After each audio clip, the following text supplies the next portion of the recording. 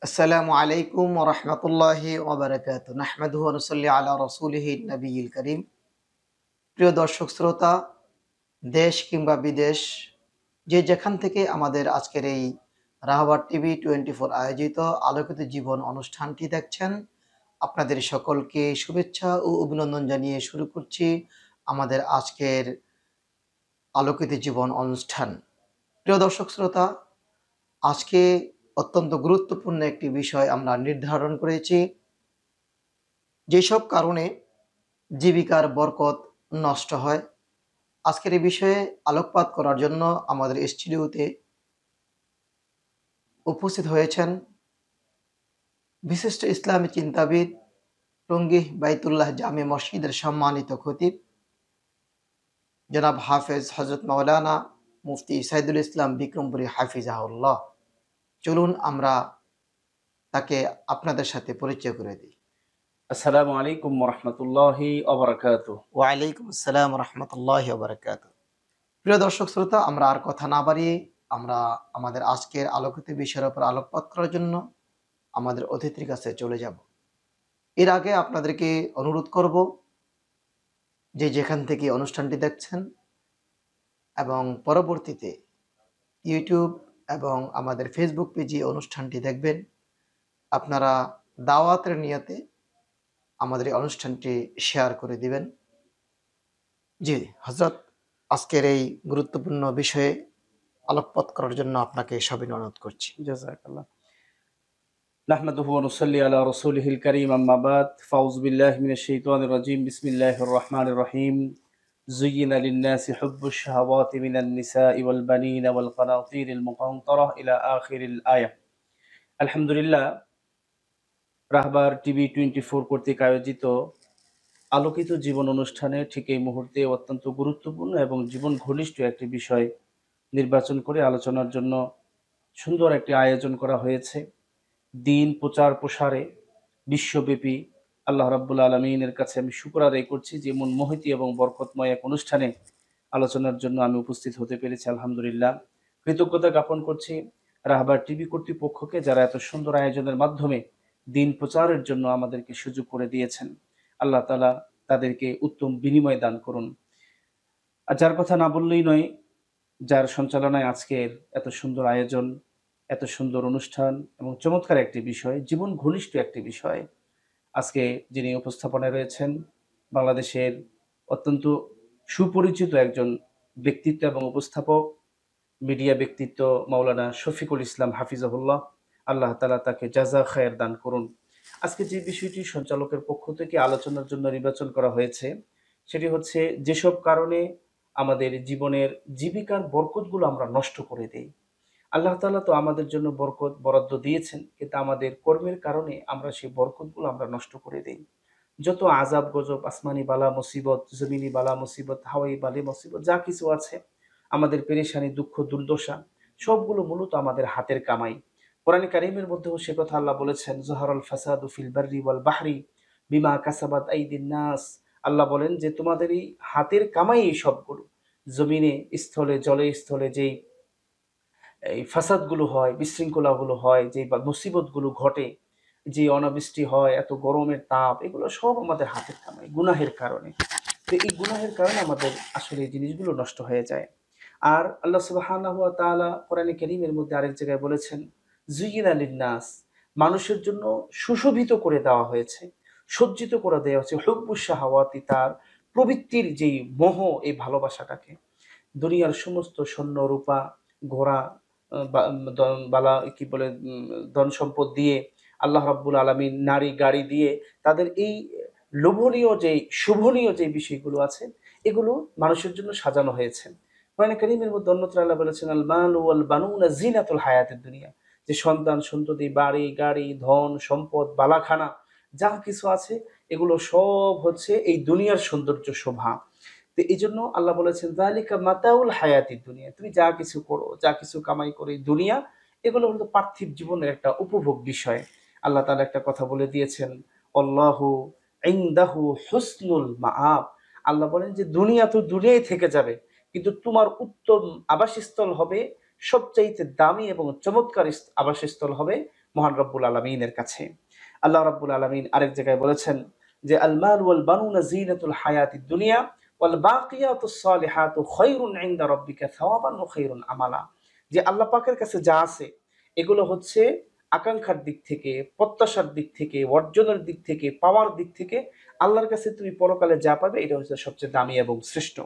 কিন্তু আমরা দুনিয়ার মোহে পড়ে ওই যে হাদিসের মধ্যে বিশ্বনবী জনাবে মুহাম্মদ রাসূলুল্লাহ সাল্লাল্লাহু আলাইহি সাল্লাম বলেছেন যে দুনিয়াটা হলো সমস্ত গুনাহের মূল। আর দুনিয়া রাসু কুল্লি খতিআহ। আল্লাহ নবী বলেন যে দুনিয়াটা সমস্ত গুনাহের মূল। আমরা দুনিয়ার মোহ, দুনিয়ার আসক্তি, দুনিয়ার ভালোবাসা, দুনিয়ার মহব্বতের কারণে আজকে আমাদের এই অধঃপতন, আমাদের এই গজব, আমাদের আসমানি, আমাদের জমিনি, আমাদের হাওয়াই সমস্ত ধরনের গজবের ভিতরে আমরা আল্লাহর ক্রোধের মধ্যে আমরা আটকা পড়ে আছি। আমরা যত উপার্জন করি এই উপার্জনের ভিতরে লক্ষ লক্ষ টাকা আমরা ইনকাম করি। আমাদের বিঘায় বিঘায় সম্পত্তি, কানিয়ে কানিয়ে সম্পত্তি আছে, কিন্তু সেগুলোর মধ্যে কোনো বরকত হয় না। যদি অল্প উপার্জিত সম্পদ হয় আর আল্লাহ যদি সেটার ভিতরে বরকত দেন, তাহলে এই অল্প উপার্জিত এই সম্পদ দিয়ে আমি কোটি কোটি যেগুলো আমার মানে চাহিদা এগুলো সব আল্লাহ পূরণ করে দিবেন। আর কোটি কোটি টাকা আমি কামাই করলাম কিন্তু সেটার মধ্যে বরকত হলো না, তাহলে সেটা দিয়ে আমার না কোনো ফায়দা হবে, না পরিবারের কোনো ফায়দা হবে, না জাতির কোনো, না দেশের কোনো ফায়দা হবে। যেমন আমরা দেখি একটা কুকুর কি পরিমাণ সে বাচ্চা প্রসব করে, কিন্তু তার ওই বাচ্চার ভিতরে বরকত না থাকার কারণে সে যে পরিমাণ বাচ্চা প্রসব করে এটা দিয়া আমাদের মানে লজিক আর যুক্তি বলে তো এই পৃথিবীতে কুকুর দিয়ে ভরে যাওয়ার কথা ছিল, কিন্তু কই আমরা তো দেখি না।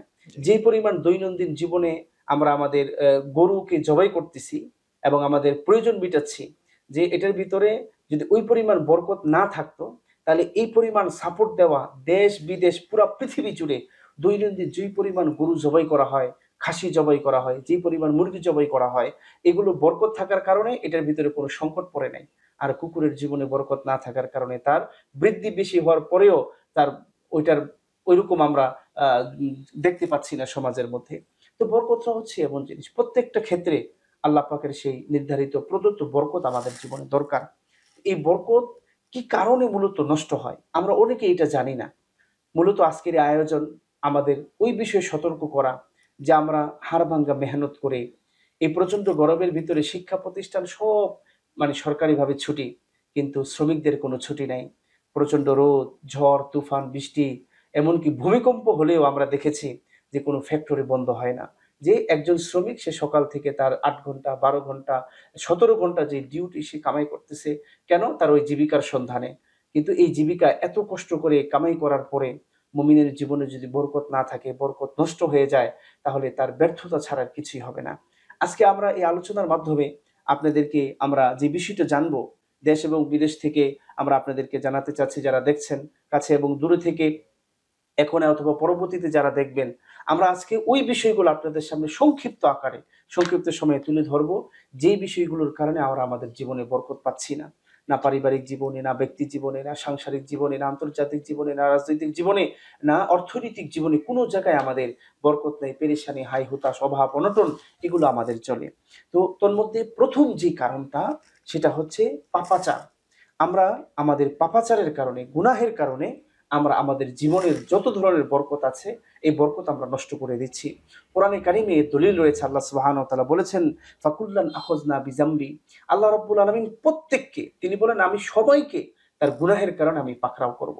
আল্লাহ রাব্বুল আলামিন ইতিপূর্বে ইতিহাস আমরা দেখেছি, কোরআনে কারিমের মধ্যে আল্লাহ সুবহানাহু ওয়া তাআলা বিভিন্ন সময় বিভিন্ন আযাব দিয়ে বিভিন্ন জাতিকে ধ্বংস করে দিয়েছেন। কেন ধ্বংস করে দিয়েছেন? তাদের ভিতরে এক একটা গুনাহের প্রভাব এত বেশি ছিল যে গুনাহের কারণে আল্লাহ রাগান্বিত হয়ে তার বরকত, তার রহমত সব উঠিয়ে নিয়ে আল্লাহর বিপরীতে তার গজব নাজিল করে দিয়েছেন। আল্লাহ বলেছেন ফামিনহুম মান আরসালনা আলাইহি হাসিবা ওয়া মিনহুম মান আখাযাতহু সাইহা ওয়া মিনহুম মান খাসাফনা বিহিল আরদ ওয়া মিনহুম মান আগরাকনা ওয়া মা কানাল্লাহু লিয়াযলিমাহুম ওয়ালাকিন কানু আনফুসাহুম ইয়াজলিমুন। আল্লাহ একটা মূল কথা বলে দিয়েছেন যে আল্লাহ তো আমাদেরকে দুনিয়াতে শাস্তি দেওয়ার জন্য, শাস্তি ভোগ করার জন্য আল্লাহ তো আমাদেরকে পাঠান নাই। আমরা আমাদের নিজেদের দোষে আজকে আমরা শাস্তির সেই সম্মুখীন হচ্ছি। আল্লাহ বলেন যে আমি কারো প্রতি জুলুম করি না, কিন্তু তোমরা তোমাদের নিজেদের উপরে জুলুম করে থাকো।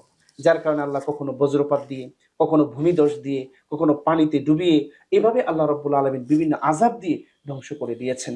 এজন্য আমরা যদি পাপাচার থেকে ছোট এবং বড়, দিনে এবং রাতে প্রকাশ্যে এবং গোপনে যত ধরনের পাপাচারে আমরা লিপ্ত আছি, আমার চোখ, আমার কান, আমার জবান, আমার হাত, আমার লেনদেন, যে সমস্ত গুনাহের কাজে আমি ইচ্ছায় অনিচ্ছায় আমি লিপ্ত আছি, গুনার কাজগুলো যদি আমরা ছেড়ে দিতে পারি, তাহলে আমাদের জীবনের সেই বরকত, সে একটা প্রশান্তি, একটা অনুভব আমি করতে পারবো।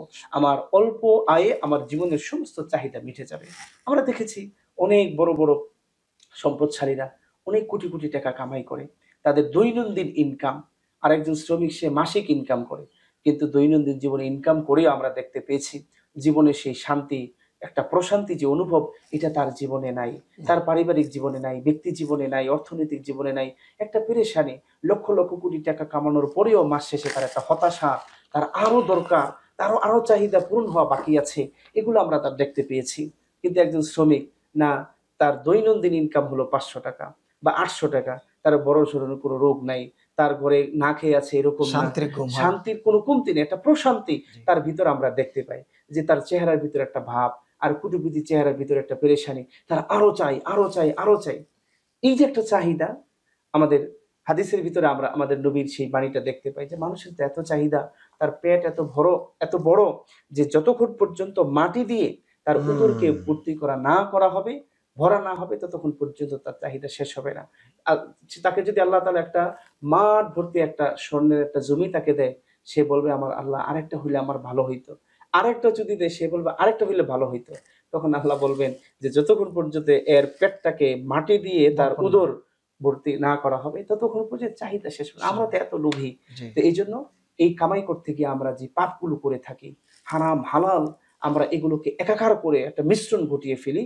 যার কারণে আমি যে উপার্জন করি, এটা বরকত হবে তো দূরের কথা, বরকত নষ্ট হয়ে আমার জীবনে একটা পেরেশানি, একটা অশান্তি নেমে আসে। এজন্য আমি আমার প্রিয় ভিউয়ার্সদেরকে আমি বলব যে আসুন আমরা সবাই গুনাহ বর্জন করি। তারকুল মাআসি, আমরা পাপ বর্জন করি। তাহলে আমাদের জীবনে আমরা আবার সেই বরকতগুলো ফিরিয়ে আনতে পারবো। দ্বিতীয়ত আমরা যে বিষয়টা দেখব সেটা হচ্ছে আমরা প্রতারণা এবং ধোঁকা। আমরা কামাই করতে গিয়ে আমরা আরেকজন ভাইকে ধোঁকা দিয়ে দিচ্ছি। মিথ্যা কথা বলি।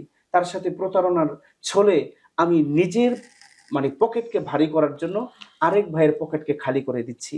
খারাপ মাল দিয়ে, মিথ্যা কথা বলে, বিভিন্ন কলা কৌশলে ধোঁকা দিয়ে আমি উপার্জন করার চেষ্টা করছি। একটা বিষয় আমাদের সবসময় মনে রাখতে হবে, অপরের ক্ষতি করলে সেই ক্ষতিটা নিজের নিজের কপালে এসেই পড়ে। এজন্য আমরা যদি এই বিষয়টা খেয়াল করি যে আমরা আজকে থেকে আমাদের এই আর্থিক জীবনে আমরা কখনো মানুষের সাথে প্রতারণা করব না। আমরা কখনো মানুষকে ধোঁকা দিয়ে নিজে বড় হব, এটা করব না। কিন্তু বর্তমান সমাজের পরিস্থিতি এতটাই খারাপ, এক ভাই আরেক ভাইকে ধোঁকা দিচ্ছে। সন্তান তার বাবাকে ধোঁকা দিচ্ছে, বাবা তার ছেলেকে ধোঁকা দিচ্ছে, চাচা চাচাকে ধোঁকা দিচ্ছে, চাচা ভাতিজাকে ধোঁকা দিচ্ছে, মামা তার ভাগ্নাকে ধোঁকা দিচ্ছে, বোন জামাই তার শালাকে, শালা তার বোন জামাইকে ধোঁকা দিচ্ছে। কেমন যেন ধোঁকাবাজদের একটা সমাজ হয়ে সমাজ রয়েছে। দাঁড়িয়েছে। প্রতারণার একটা সয়লাব আমাদের সমাজে চলতেছে। কে কাকে নিচে ফেলিয়ে কার ঘাড়ের উপরে পাড়া দিয়ে যে কে বড় হবে।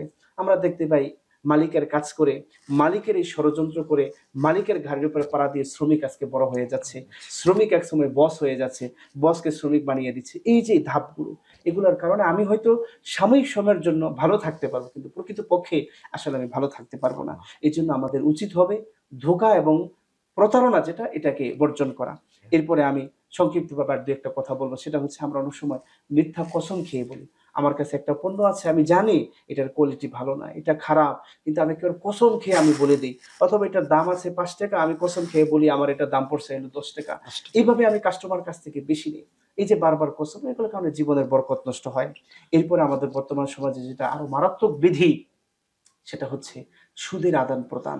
আমরা অনেক ভালো, ভালো মানুষকে, যাদেরকে আমরা সমাজের মধ্যে সম্মানিত মানুষ বলি, পদমর্যাদায় বড়, তারপরে হচ্ছে সম্মানে বড়, এবং মসজিদের ১ম কাতারে তারা নামাজ পড়েন, মক্কা মদিনা ঘুরে এসেছেন। এই সমস্ত মানুষগুলোকে আমরা দেখি যে যারা সুদের কারবারে তারা জড়িত আছে। এটা এত একটা মারাত্মক, একটা ডেঞ্জারাস একটা বিধি, যেটা তাফসীর করে বোঝানোর জন্য কোনো বিষয় না। আমরা সবাই জানি। কিন্তু তারপর আমরা এই সুদের এই মোহ থেকে, এটার এই কমলীয়, মোহনীয় এই প্রভাব থেকে আমরা বাঁচতে পারতেছি না। আমরা কেমন যেন সবাই সুদের কারবারে লিপ্ত। কিছুই কিন্তু মনে করি সুদ না। করা, হ্যাঁ, এই সুদকে যতক্ষণ পর্যন্ত আমরা বর্জন না করব, আমরা ভাবি যে ৳১,০০,০০০ যদি আমি কারো কাছে দেই, বছর শেষে আমার কাছে ৳১,০০,০০০ ৳১,৫০,০০০ চলে আসবে। যদিও দেখা যায় মোটা টাকা, কিন্তু প্রকৃতপক্ষে এটার ক্ষতি দুনিয়াতেও আছে, পরকালও আছে। আমার জানার মতে বহুত সুদখোরকে আমি দেখেছি। সুদ খাচ্ছে, খাচ্ছে, টাকা কামাই করতেছে। কেমন এমন রোগ হয়েছে, এক রোগে তার ব্যাংক ব্যালেন্স, বাড়ি-গাড়ি যা ছিল সবগুলো ব্যয় করে তাকে সুস্থ বানাইতে পারে নাই। এটা তো আল্লাহ পাকের গজব। আর পরকাল তো সে ক্ষতিগ্রস্ত হয়েছেই। এরপরে আমি যে বিষয়টা বলব ৫ম নম্বরে, সেটা হচ্ছে অংশীদারের সাথে মিথ্যা কথা বলা এবং খেয়ানত করা। অনেক সময় আমরা দেখি শেয়ারে আমরা কাজ করি, অথবা ২ বন্ধু মিলে আমরা কোনো বিজনেস করি। তখন একজন বন্ধু যদি আরেকজন বন্ধুর সাথে মিথ্যা কথা বলে, আমরা অনেকের কথা জানি যে একটা জায়গায় সে কাজ করছে, সেখানে বসে সে আরেক জায়গায় কাজ করতেছে। একজনের সাথে ব্যবসা করতেছে, ব্যবসার ভিতরে তার ব্যক্তিগত ব্যবসা ঢুকিয়ে দিয়েছে এবং মিথ্যা, প্রতারণা এবং ধোঁকা এবং বিভিন্ন খেয়ানত, এই বিভিন্ন খেয়ানতের কারণে আল্লাহ পাকের প্রদত্ত যে বরকত, সেই বরকতগুলো নষ্ট হয়ে যায়। তা আমরা যদি এই বিষয়গুলো খেয়াল করি, এবং আরো অনেকগুলো বিষয় আছে, অল্প সময়ে আসলে এতগুলো বলা সম্ভব না। আর একটা গুরুত্বপূর্ণ বিষয় আছে নেয়ামতের শুকর আদায় না করা। না করা, আমরা জি। তো আসলে মানুষ অকৃতজ্ঞ। আল্লাহ তাআলা কোরআনে বলেছেন, ইন্নাল ইনসানা লিরাব্বিহি লাকানুত। লাকান, আল্লাহ বলেন যে মানুষ তার রবের প্রতি অকৃতজ্ঞ। আমার কাছে টাকা থাকলেই যে নেয়ামত বিষয়টা এরকম না। আল্লাহ যে দামি, দামি বিষয়গুলো আমাদেরকে দিয়েছেন, কত দামি, দামি চোখ, দামি, দামি কান, কথা বলার শক্তি, এগুলো কোথায় কিনতে পাওয়া যাবে? আল্লাহ যদি বলতেন যে এগুলো কিনে নিয়ে আসো, আমার পক্ষে এগুলো কিনা লাগানো এখানে সম্ভব না। বাকশক্তি যদি আজকে বন্ধ হয়ে যায়, এটা কিনা কোনো হসপিটাল থেকে লাগানো আমার পক্ষে সম্ভব না। আল্লাহ তো কত দামি, দামি আমাদেরকে জিনিস দিয়ে রেখেছেন।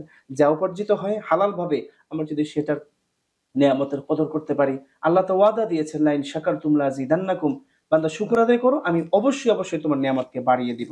এরপরে আমরা যদি আরেকটা বিষয় খেয়াল করি, দুনিয়ার প্রতি সীমাহীন লোভ আমাদের। লোভের কথা বললাম, এই লোভকে আমাদের পরিত্যাগ করতে হবে। একজনের আ আয় উন্নতি বেশি, এটা দেখে আমার ভিতরে জ্বলে একটা হিংসা, এবং আমি চেষ্টা করি তাকে অধঃপতন করিয়ে দিয়ে আমি কিভাবে সেই জায়গাটা দখল করব না। একজন বড় পদে আছে, সে বড় পদে থাকুক। তুমিও চেষ্টা করো। সে যেভাবে চেষ্টা করে মেহনত করে বড় হয়েছে, তুমি সেভাবে মেহনতের চেষ্টা করো। এরপরে আমরা একটা বিষয় দেখি সর্বশেষ, সেটা হচ্ছে যে কার্পণ্যতা, কৃপণতা।